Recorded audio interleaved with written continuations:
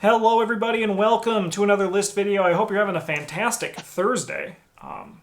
We're going to be talking about today what we think each of us are the top 5 best design scenarios in this game. This one was tough for me. I was like, because there's a lot of great scenarios in this game, but I was trying to figure out which ones I thought were like the best. There's a lot I like, but I'm like, but it has this problem, it has that problem. So I think this is going to be a fun list as we dive into it. This list is going to be very spoiler heavy. We're aware of that. We're not going to be talking spoiler free for any of these. So what I do have down in the description, you can find time codes. If you want to jump to scenarios you can just do that by clicking on those time codes down there. This way you won't be spoiled accidentally. But if you don't care about spoilers or you know all these scenarios, come on in. Let's do this. Let's talk about some stuff here. We're going to go to our number 5s, starting with you, Bryn. Which is, what is this doing here? 1 second, this should not be there. Which is the core set. All right, Bryn, what is your number 5? Got the Essex County Express. I recognize that this one is not actually a very good scenario, as you can simply lose the game on the first turn, and there's nothing you can really do about it. So it does have its flaws. However, this one's on my list because it was the first time playing this game that I felt like, oh man, they can do cool shit with the scenarios, eh? Mm-hmm. Like, they can do something other than just go find the guy, interact with the guy, get out with the guy, or having killed the guy. Whatever the interaction was. Yeah, or run away from the guy in terms of... run away from the guy, you know? It was like, it was the first time that it felt, and I do also recognize that I'm viewing some of this through some rose tinted lenses, but yeah, it was the first time that playing this game it felt kind of like they can do anything. Travis, have you seen in our Discord the user who posts the picture of the guy with the glasses, that's like the technological glasses, and they always say this is what Travis looks like when he's mad at Bryn. It's just like some guy zooming in with like some super lenses. Yes, I have seen that. This is what I imagined exactly when Bryn said, now I know this isn't the best design scenario at the start. I just imagine you just being like... I mean, like, if we could just have the list be what it is instead of just talking about whatever the hell we want. You talk about what you want, I'll talk what I want about what I want. There's a reason we come. Then you can be like, "Hey, Justin, let's do a list of this stuff next week." Best design. I appreciate the design of this one the 5th most. Would it be so bad to have everyone talking about the same thing? All right. I'll go on to my number 5. This one was tough for me. I have a lot that were like sitting on the cusp here, but I kind of just like followed my instinct, which I think is that like in Too Deep. So this one is the one in Innsmouth where there is a big map of the city that's like a 4x5 or 3x5 or 6 grid, and you put your resources tokens between them as barricades. This is one that when Travis was setting up, I was like, oh boy, here we go. This is going to be a nightmare. This is going to be so complicated. But it was actually, I think it was very eloquent how it was actually installed.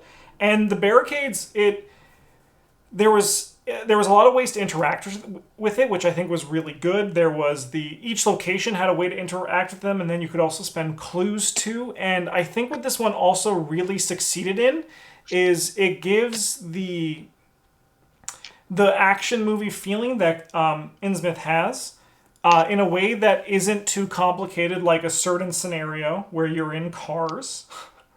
But I do think that it's really good, and it gets really tense near the end when you're trying to get out. It has a sub-small goal, which I really like in scenarios where there is a side objective that's not just get victory from locations. Those are really fun for me. And I think that just the design on a lot of the Mythos cards are really cool. There's one in particular which puts a deep one in each location to your right. and then those locations start, like, they'll start chasing you, following the barricades if they can, or climbing over the barricades if they can't. I think it's both mechanically good and resonates really well for flavor. And then there's also cards that can pull you back, which might not make sense like flavor-wise, but I think is just like top-tier design to make you constantly thinking, what's the best path we can take to get through these barricades? I think it's just a home run of a scenario on the design front. I think it's really accomplished there. Those are all excellent points, Justin. Travis, why don't you talk about Yeah. your number 5? Yeah, I picked Return to the Last King. I think that this scenario, Return to specifically because it fixes the issue with the hostess lady, where you just ignore her or you just kill her. That's Yeah, my favorite part. She shows up and she's like, "Welcome to my party," and you beat her to death with a spoon or whatever. Whatever your garbage level 0 It deck doesn't has. matter. Yeah. But yeah, so this one's like it really ties together a lot of what the King of Yellow or the Path to Carcosa campaign is trying to do, in my opinion. It's got this sense of normalcy at the start, the sort of madness part in the middle, and then coming into the end of it, it reverts back to like it really establishes the narrative of whether you're crazy or not. The scenario itself is also quite enjoyable. You're at a party and there's like some things that are wrong, and they progressively get weirder and weirder over time. There's a weird hostess lady going around trying to talk to guests. You're trying to get information out of them, and she's trying to stop you from whatever reason, or like maybe she's just being a good hostess and trying to join in on the you talking to them, right? Yep. Yeah, like this. It's just I think this is the best designed scenario from the Path to Carcosa overall, having had the hostess issue patched up. Yeah. It fits in the story great. Difficulty wise, it's like perfect for where it is. Really well designed scenario. Another thing I think that the Return to does really nicely is the party feels a little bit empty in just the base game, and the other one adds other party guests, which doesn't seem like it adds much, but it actually makes it feel like there's more people than just you and 6 other people in the building. Very true. Yeah. All right, let's go to our number 4s, starting with you, Bryn, which is... Dynamic, like a certain car scenario. No, what I like about this one is the demonstration of their willingness to change the way that the game is played. And now you're probably thinking, but Bryn, you hate all the ones where they make you play a different game, and yes, I do. This isn't a different game. It's this game, but different. If that makes any sense. It's like it's Arkham Horror as a rail shooter. Yeah. Right? So it's still Arkham Horror, yeah. Yeah, we're still playing Arkham Horror. Not Cluedo or whatever, Pandemic. Because if I wanted to play those, I would go play them. But this is, it's just like a very different feeling scenario. And I can hear it. I can see Justin's angry silence from here. But, I respect the list, Bryn. I respect the list. Like, to the point where, exploring the how much they can put in the rules system, this game does do a lot with that. I think it's like, for me, it's a little overcomplicated, but I appreciate them trying it out, right? Yeah, it doesn't make it one of the greatest scenarios in the game, but if it was the best scenarios in the game, I think we actually have a list about that. We do. What we think are the best ones. This is the ones that the best design, which, maybe this isn't, but it's a very different design, and I appreciate that they took the time to try it. Yeah. I think that as you replay it, it gets a little bit too on rails, where it becomes clear that these are the things you got to do, or you're gonna lose. Yeah, and that's just it. But the first couple of times through, I think it's pretty all right. Sick. All right. Well, my number 4 is going to make a lot of people on YouTube very angry because a lot of people hate this scenario. And I understand. You don't like losing your investigator. But if you go past that feeling of losing your investigator card, the design in this scenario is absolutely incredible. Because it's designed around the Yithians, and your deck can work with that power. Because all the tests are balanced around the Yithians. They basically like took a scenario and they were like, okay, how can we make all the numbers work no matter what, right? So there are going to be hard tests, but your Yithian body is built to withstand those tests. In addition, there's a bunch of really cool flavor stuff with this one, where you, like, certain Yithians don't start realizing that something is going wrong until things start going wrong, which I think is really cool. I like the little story beat where you get to punch the one Yithian at the start and you get free victory. That's kind of cool and makes up for losing your investigator card. But I do think that like it's not campaign ruining. A lot of players I've seen online talk about how it basically is just you're forced to play with a suboptimal investigator, but while true, the scenario itself is very well balanced around that investigator. Another thing I really like, I'm a big fan of scenarios that can eliminate players. I really like that, and I understand why they don't have more of it, but it's something I really enjoy. And I do like how because it just adds so much tension that this game doesn't have. Like, it does, in a way, when you're just starting out. But when you've played this game so many times like we have on this channel, I need to feel something. And there are only a few scenarios that make me feel tense. And the City of Archives is one of them. I just think that this one is just, it's really well, and it's, next time you play, just pay attention to the numbers, and you'll realize it's actually not that hard to get through. We made it through, the three of us, with a perfect finish with our 3 Forgotten Age draft decks, right? So, like, it's possible. It's just you have to adapt your thinking to the scenario, which, yes, you might not enjoy because you like doing things as your investigator. You're playing their game to be the investigator. But if you think about it, Forgotten Age has 9 scenarios base because it has Heart of the Elders 1 and 2. So you still get 8 scenarios. Stop complaining. That's all I gotta say. Yeah, it's got theoretically infinite scenarios. Yeah, just keep playing Heart of the Elders. You can play your Mandy Thompson deck until the end of time. All right, Travis, what's your number 4? This is Awakened Nightmare. This is the opening scenario to the Dream Eater's Awakening side. And like the Last King, I feel like everything just comes together very nicely in this one. It's a good introduction to the plot of having the Dreamlands leak into the waking world. It's a good introduction to the spider theme with the infestation token bag, which is wonderfully designed. It really does feel like the spiders are slowly taking over the hospital. Mm-hmm. And then I like the turning point in the story where you get to, turn around and stamp them out. Mm-hmm. It's very well. It's not like super easy, but it is not impossible either. Mm-hmm. It's just a really, really well designed opening scenario, in my opinion. The difficulty is like, you could argue it's a little on the easy side, but generally is like pretty solid, I think, for level 0 decks. Mm-hmm. Then there's just like a little bit of everything. You gotta get clues. There's piles of small enemies for you to slog through. There's a couple big boys for you to get through. Yeah. There's opportunities to greed for victory if you want, but they're far from necessary. Yeah. There's a stairwell you can jump down. There's like fun story moments with that. You get to decide whether you're going to like protect the doctor or not or whatever. Yeah.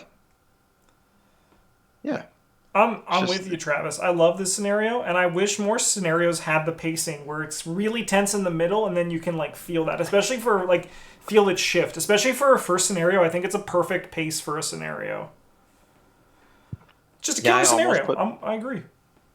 Yeah, I almost put Beyond the Gates of Sleep in this slot, but I feel like in subsequent playthroughs, the first like actually walking down the stairs is a little bit tedious. Yeah, I respect that.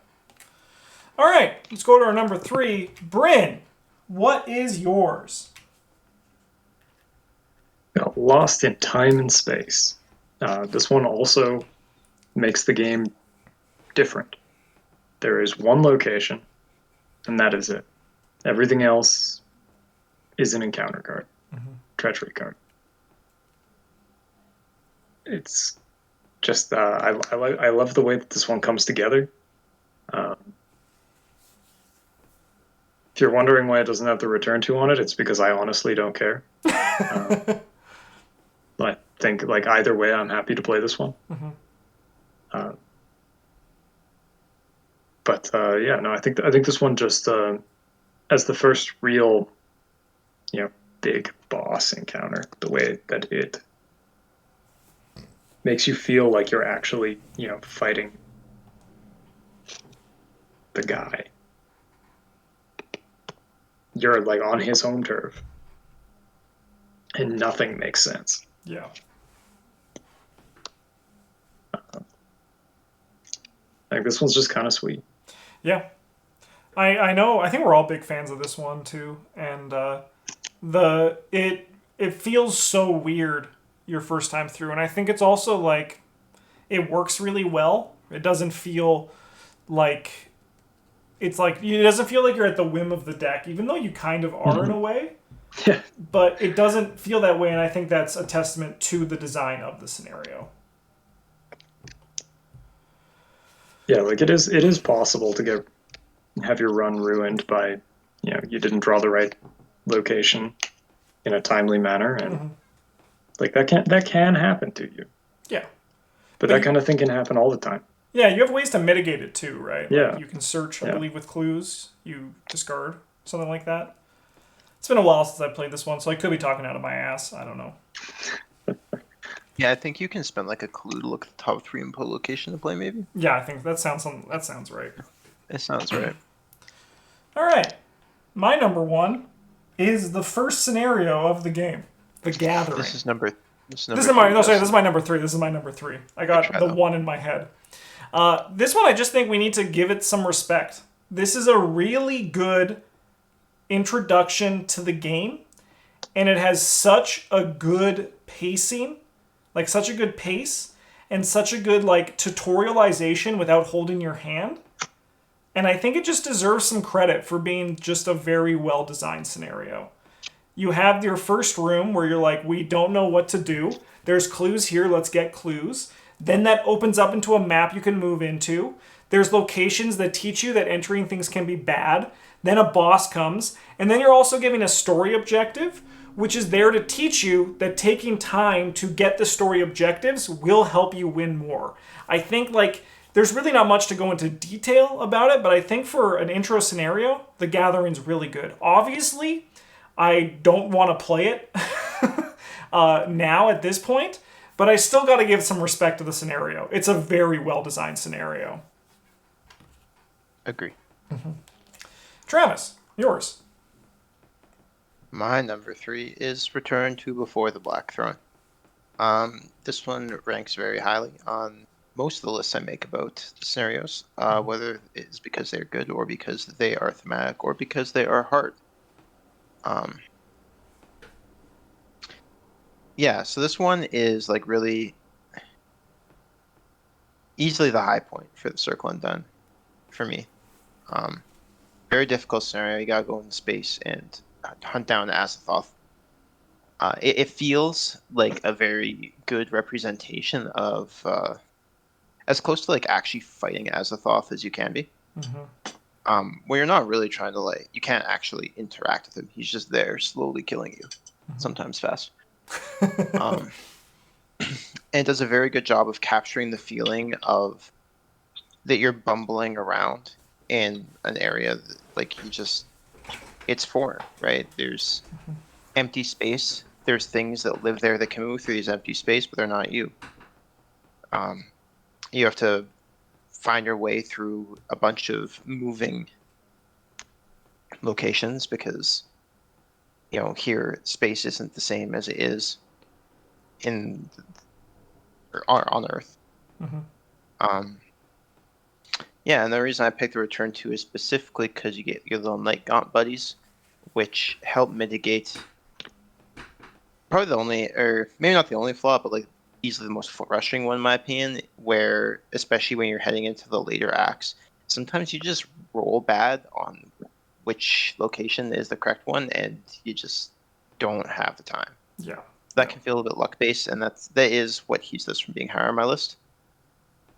But I think this is probably the best representation of Azathoth that they've come up with in any of their games. Another thing I really like about this scenario is it does something that I can't really call any other campaign doing to this extent, but it was like when we were doing our return to for this, and you guys brought up the dialogue. What's like you have to start actively thinking, how do we deal with the mindless dancers? Which I think is cool because it's not like it's asking you on scenario 3 to like solve this big enemy problem. But like at the end you gotta like, how do we deal with these tough enemies, because there are tough and there's 3 of them, right? I just think I like that aspect of it.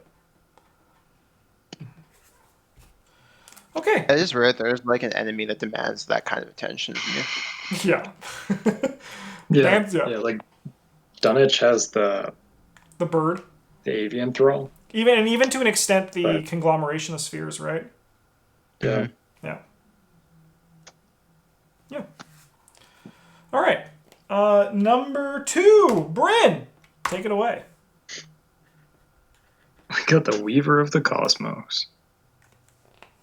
Yeah, this one actually just kind of felt like, you're climbing down this spider web into who knows what. And when you get there, there's a horrible giant spider, and you got to try to figure out how to kill it. Mm-hmm. Surprise, surprise. Is it one of the better like big boss fights? Not really. She's a little bit on the easy side, but that's okay. Mm-hmm. Because the design of it is so smooth. It actually works really well. Yeah, like it does feel like you're clambering about on this web trying to catch up to this thing, like, this giant spider. And she's so big. And she gets 5 cards. Yeah, that's so big. She's built out of more than... The only thing that I'm upset about is that they didn't include some sort of spinner to sit her on. Yeah.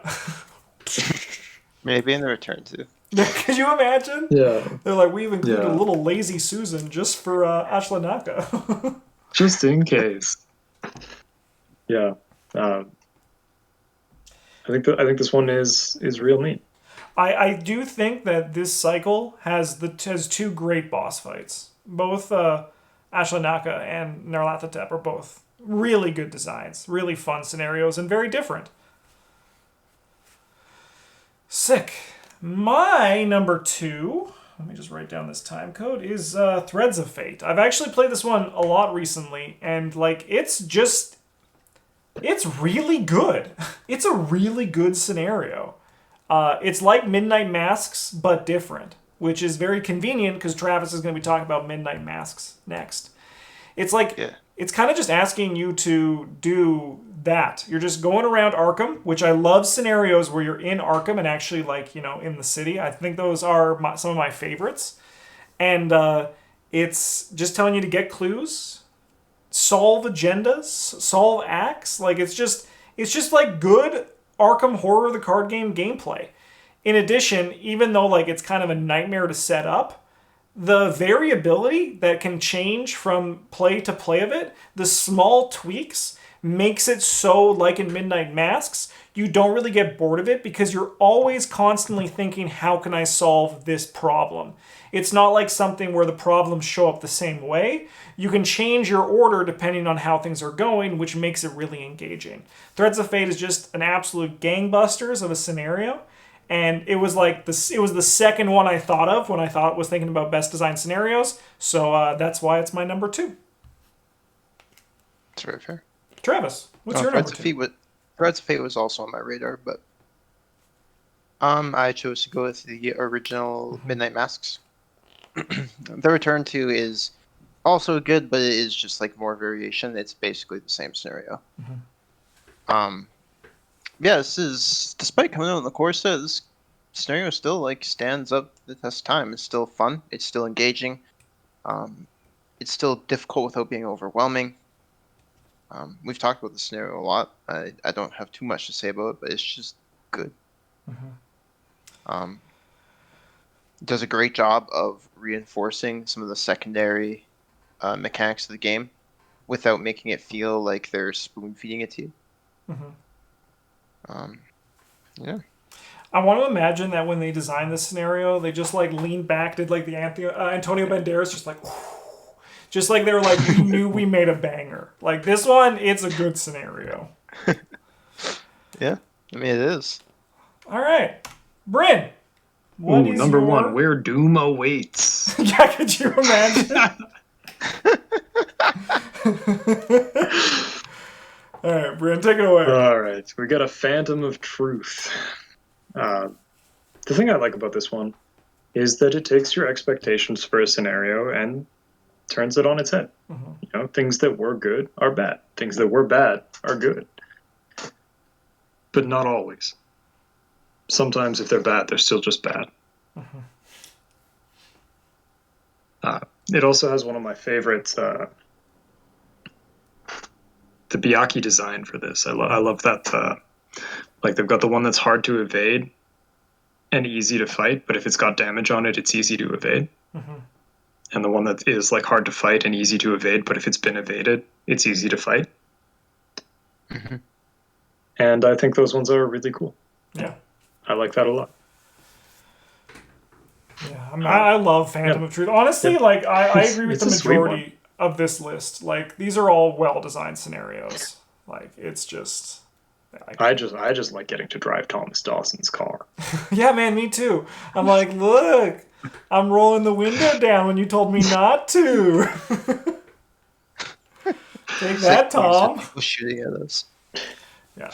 And I think this one is also just... I've said this previously in one of the videos, in one of our list videos, but just the fact that a simple thing changes so much about this scenario, I think is a true accomplishment of game design.